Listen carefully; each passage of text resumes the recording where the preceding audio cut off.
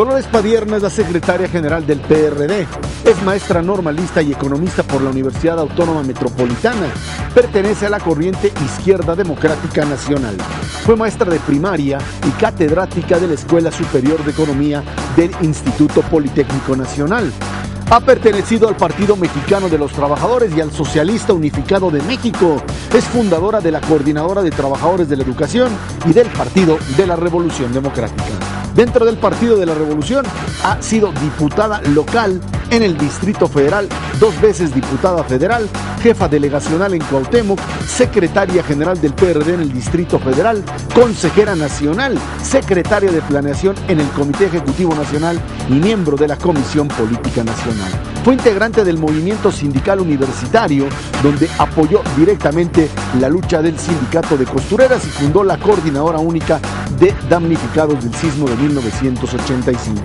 Una de sus principales convicciones es proteger a las mujeres y bajo estos principios de equidad fundó la Coordinadora de Mujeres Benita Galeana, así como los talleres de salud para la mujer, la Coordinación de Mujeres por la Democracia, la Red de Mujeres contra la Violencia y Coordinadora Feminista. Dolores Padierna, muchas gracias por estar aquí con nosotros en Línea Directa. Dolores, tú eres una maestra normalista. ¿De dónde la afición por la política? Creo que en la propia Normal, porque en la Normal pude conocer parte del materialismo histórico, parte de la estructura económica de mi país. Se estudia eso. Y cuando me titulo en 1978, con 18 años, se fundó la Coordinadora Nacional de Trabajadores de la Educación. Yo soy fundadora y me inscribo prácticamente en la lucha de izquierda y inmersa en los movimientos sociales. En esa época estamos hablando todavía de una universidad en la Autónoma Metropolitana donde, pues de una manera muy clara, hay una tendencia todavía a pensar que la revolución era la solución, la vía violenta. ¿Cuándo cambia esta idea y se transforma en un movimiento político que abandona la violencia?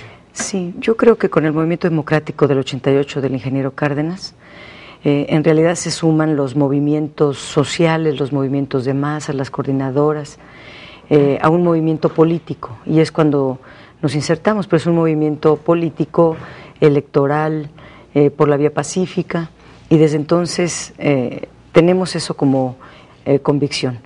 Desde luego, la ideología de izquierda o marxista para hacer la transición, las revoluciones, hay de todo, no solamente es por la vía de las armas, si bien es una parte de la ultraizquierda, digámosle así, pero en la izquierda es toda una gama de tendencias.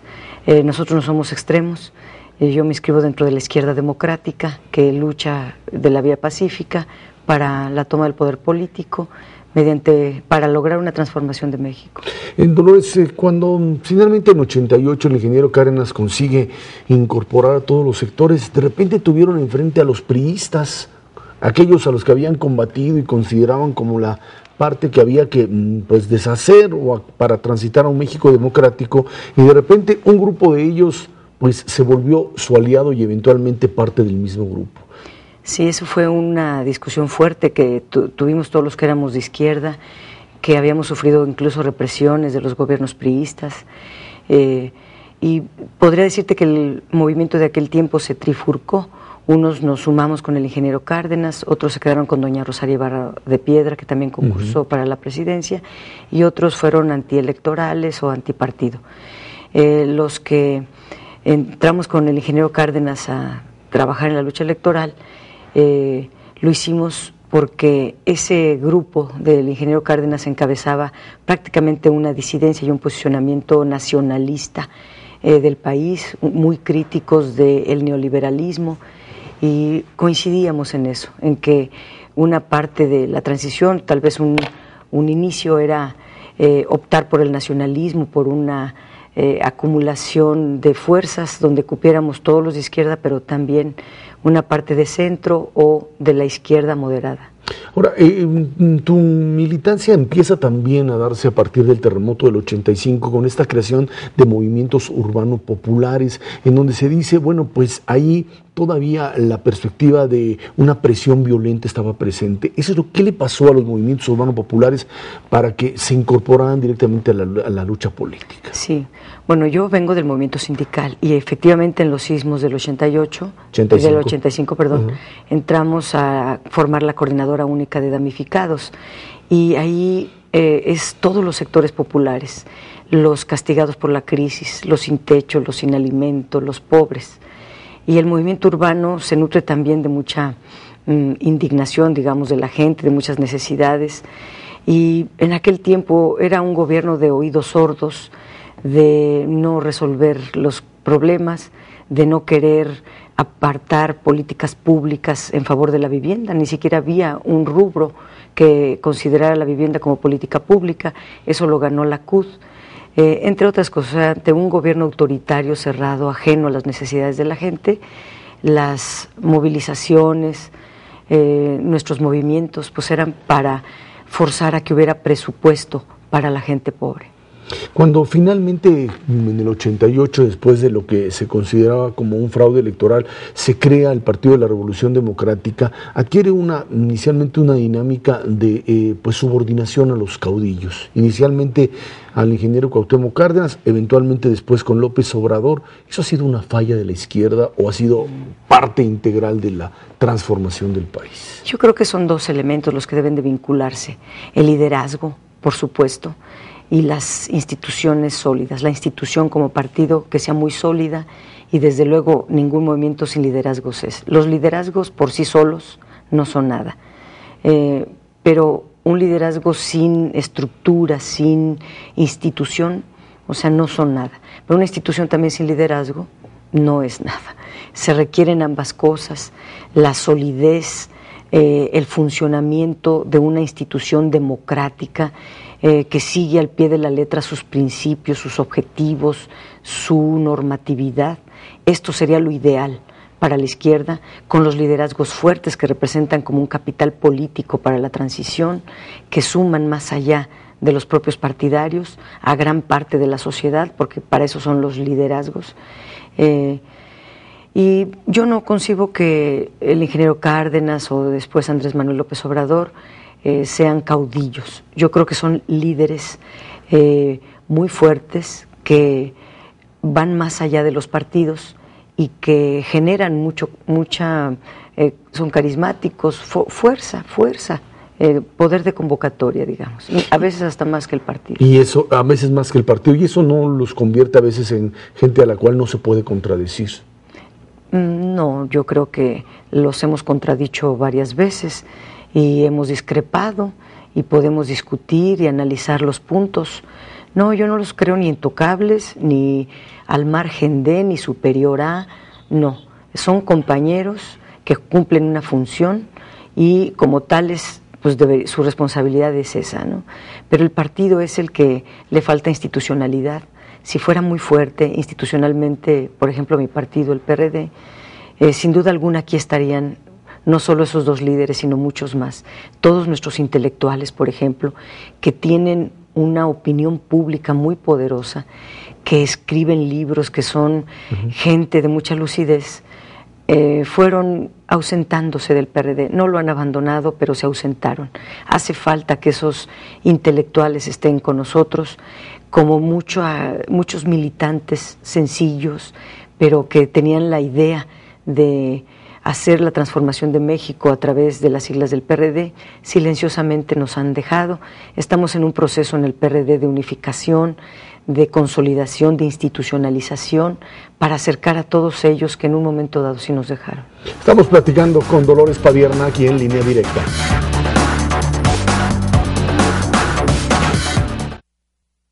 Dolores, el Partido de la Revolución Democrática, dices tú, le falta institucionalidad. De una o de otra manera, la fuerza de lo que tú no los reconoces como caudillos de hombres fuertes, digamos, como el caso de López Obrador, los llevaron pues casi a la presidencia de la República en el 2006, en algo que ustedes siguen considerando como un fraude electoral. En todo caso, el problema, digamos, de un PRD que después de estar a punto de tomar la presidencia se viene para abajo. ¿Qué le pasa al partido? Un partido, dicen, de corrientes que trataban de expresar su pluralidad y que de repente resulta que las corrientes terminan pues atacándose, descalificándose entre sí, en algo que pues para algunos es parte de la vida rica o democrática de un partido, pero en donde dicen a los periodistas se les pasa la mano.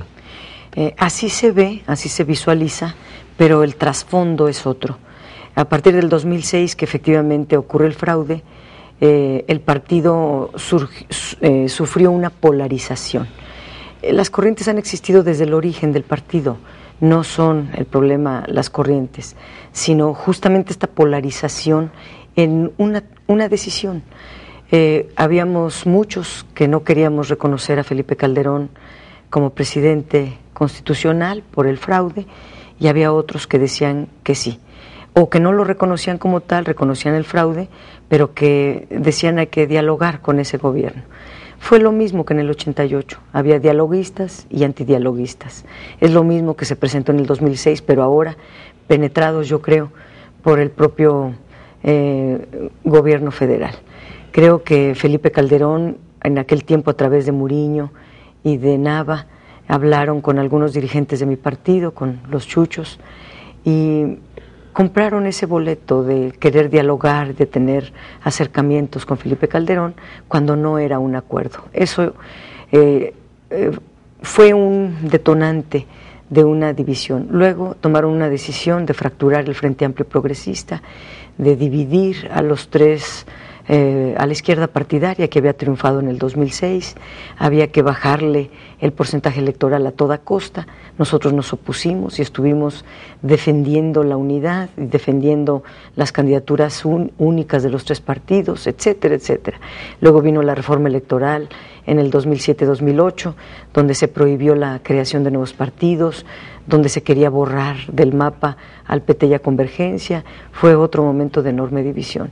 Y para culminar, en la elección del 2009, donde se quiso borrar la ideología del PRD, su plataforma, su fisonomía, su ideología, sus principios, para diluirlo con alianzas con la derecha, para diluirlo y no significara nada, borrarlo del mapa. Nos opusimos y la debacle pues fue tremenda. Nos hundimos al 12%, ha sido la más baja votación que hemos tenido en toda la historia, y el 2010 significó un repunte, pero también una reflexión, y por lo tanto un reacuerpamiento, un acuerdo de unidad, y estamos en una nueva etapa.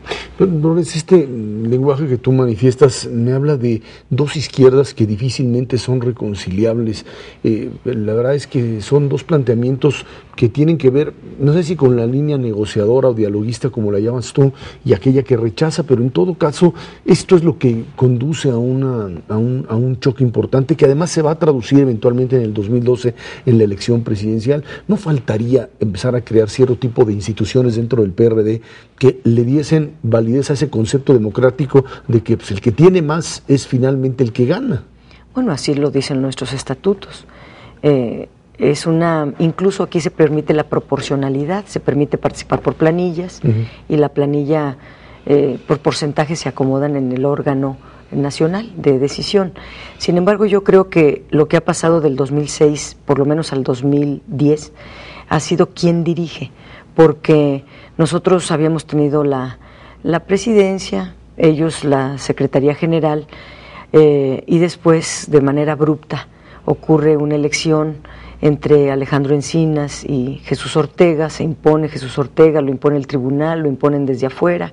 Ese fue otro momento muy doloroso para nosotros como izquierda, que la derecha nos ponga a nuestro presidente, pero quien dirigía pues era fundamentalmente René Arce, Acosta Naranjo y Jesús Ortega, y ellos tenían esa línea de confrontación, de deslizamiento hacia la derecha.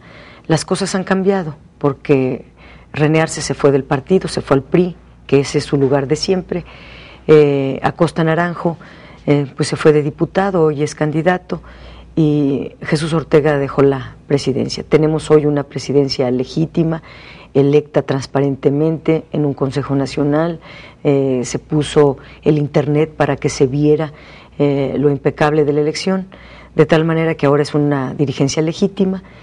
También hay un equilibrio en el partido, porque nuestras fuerza no estaba representada, ahora yo estoy en la Secretaría General, el equilibrio, la voluntad de unidad y sobre todo tener en la mente, en la perspectiva de la elección presidencial del 2012, hace del PRD ahora que volvamos a un repunte, por lo menos rumbo al 2012. Dolores, una figura importante para Izquierda Democrática, para la corriente que tú presides o que tú encabezas de una u otra forma, es Andrés Manuel López Obrador. Y Andrés Manuel está jugando con los otros partidos, es miembro prácticamente del Partido del Trabajo, con él aparece esta dualidad de un líder que tú lo asumes como perredista, pero que está del otro lado de la izquierda, o de una izquierda que es tu aliada, pero que no es exactamente el PRD. ¿Es conciliable con todo el proceso de democratización? Mira, desde finales del 2006 y durante 3 años consecutivos se hizo todo para expulsar a López Obrador de mi partido, para sacar al capital político, a quien había ganado la presidencia, y porque tiene un proyecto netamente de izquierda que no le gusta a muchos de las élites. Y yo creo que es una injerencia de Felipe Calderón, principalmente, en nuestro partido, y también de Mario Fabio Beltrones y otros que meten su cuchara acá, y hay quien les hacen caso, pero han querido debilitar a López Obrador, expulsarlo, quitarle al PRD. Lo borraron de los spots de nuestro partido, y han querido, lo quieren quitar del padrón, en fin. No sé qué es primero, si el gallo o el huevo. El asunto es de que aquí se trabajó para sacarlo.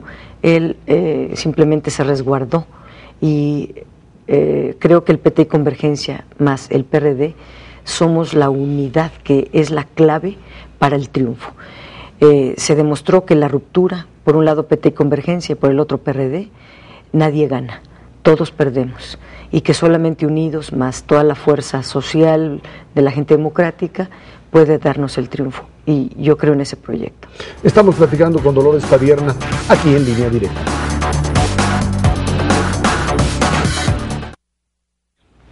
Dolores Padierna, para el 2012 el Partido de la Revolución Democrática vuelve otra vez al gran dilema, ahora sí de 2 candidatos. Marcelo Ebrard por un lado, el propio Andrés Manuel López Obrador por el otro, y como tú lo has dicho, una incapacidad del partido para procesar este tipo de candidaturas. Se ve difícil que una izquierda pueda volver a tener el peso que tuvo en el 2006, bajo el principio de una contienda interna en donde parecería ser que el perdedor simplemente no va a jugar con el ganador. Así se percibe. Lo primero que habría que señalar es que en el país están dadas las condiciones para el cambio, que la gente está en un hartazgo enorme, que acaba de pasar una crisis económica 2008-2009, que sumió a la economía un 6.5%, que aunque se ha venido recuperando, el promedio es de 1.8%, que la pobreza se ha incrementado, en fin. Ahora, sumado eso a la crisis de violencia, están las condiciones en el país para que la gente requiera un cambio. Se requiere un instrumento y las condiciones también políticas para que se pueda dar. La izquierda, pero no solo la izquierda partidaria, no sería suficiente con una candidatura única. Tendríamos que ampliar todo el abanico hacia la gente nacionalista, democrática, del país, armar un bloque democrático en México que pudiera encabezar este cambio. ¿Quién es el candidato de todo este bloque? En un principio consideramos que los 2 candidatos más fuertes, Andrés Manuel y Marcelo Ebrard, pudieran ellos ponerse de acuerdo y proponernos una instancia. Yo todavía tengo esa esperanza de que ellos 2 se pongan de acuerdo y le propongan a los partidos una sola propuesta. No por ello el PRD tiene que cruzarse de brazos y esperar. Nosotros tenemos que trabajar para que la ruta esté muy clara, los procedimientos sean muy transparentes y se pueda tomar la mejor decisión. ¿Cuál es la mejor decisión? Pues con quien podamos ganar. ¿Quién tiene las mejores condiciones? A mi juicio, yo creo que quien ha trabajado mucho ha sido Andrés Manuel, que tiene el cariño de la gente. Yo he recorrido con él muchos estados, o por mi cuenta también he recorrido el país, lo recorro de jueves a domingo también, y la gente es un clamor Andrés Manuel se metió al tuétano, al corazón de la población, y creo que a nivel de los votos él sería el más fuerte. Tiene el mejor proyecto, me parece, tiene un proyecto claro, escrito, compartido por gente muy lúcida del país. Me parece que atina a la solución de los principales problemas nacionales. En cambio, Marcelo ha seguido una línea, me parece también complementaria, muy inteligente, de velar, por ejemplo, por todas las minorías, por avanzar como un proyecto de izquierda. Me parece que ha consolidado gran parte de las políticas que identifican a la izquierda, y que él ha estado en los medios de comunicación, por su cargo está expuesto a la opinión pública, y también está aumentando rápidamente su Dolores, si finalmente en la elección interna el ganador es Marcelo Ebrard, ¿ustedes lo van a apoyar? Con el que se decida. Lo que sí no estaríamos nosotros de acuerdo es en que todo la estructura del PRD se incline por Marcelo Ebrard, y así se está trabajando por algunos, no por el presidente, pero sí por su corriente, donde tienen muchos estados y no quieren cambiar la presidencia. Hoy día nosotros somos por lo menos en 17 estados mayoría, y ellos no quieren cambiar la dirigencia, esperando hasta que pase el 2012. A nosotros nos urge cambiar los estados porque ganaríamos la presidencia, y entonces en todo caso se equilibran las fuerzas. Hablaste de alianzas entre los sectores nacionalistas, etcétera. Finalmente, incluso en el caso de Oaxaca, ustedes aceptaron ir con el PAN por la figura propia de Gabino Cue. Quizá el pragmatismo es algo que está ahí presente como una alternativa, pero para Izquierda Democrática Nacional, para ustedes, esa no es la clave. No, y hablemos claro, y ya quitemos muchas cosas en relación a ese debate de las alianzas con el PAN, porque en realidad no, esta fue una medida elitista, donde los dirigentes deciden por los votantes, por los electores, y eso me parece la peor antidemocracia que puede haber. No podemos suplir a la ciudadanía en su decisión de votar, pero aquí se sumaron no solamente los 3 partidos y el PAN, sino además una parte del PRI. Hay que decirlo claro, que también el PRI participó de estos acuerdos, que en Oaxaca era una parte del PRI, o sea, dividir al PRI y todos los partidos, y eso es lo que dio el triunfo en Oaxaca, en Puebla y en Sinaloa. Esa misma receta iba a ser en Hidalgo y en Durango, que fueron los 5 estados votados en el Consejo Nacional, pero de uno o sea, ahí el PRI ya no se dio, y ya la fórmula elitista ya no funcionó, y prácticamente hicieron fraude, porque yo estoy convencida que en Durango ganamos, y sin embargo se impuso de nueva cuenta el PRI, que en Hidalgo ganó Xóchitl Gálvez y que también se impuso el PRI. O sea, esa coalición era la esperanza que ganara Gabino Cue para nosotros, pero también eso se repartió.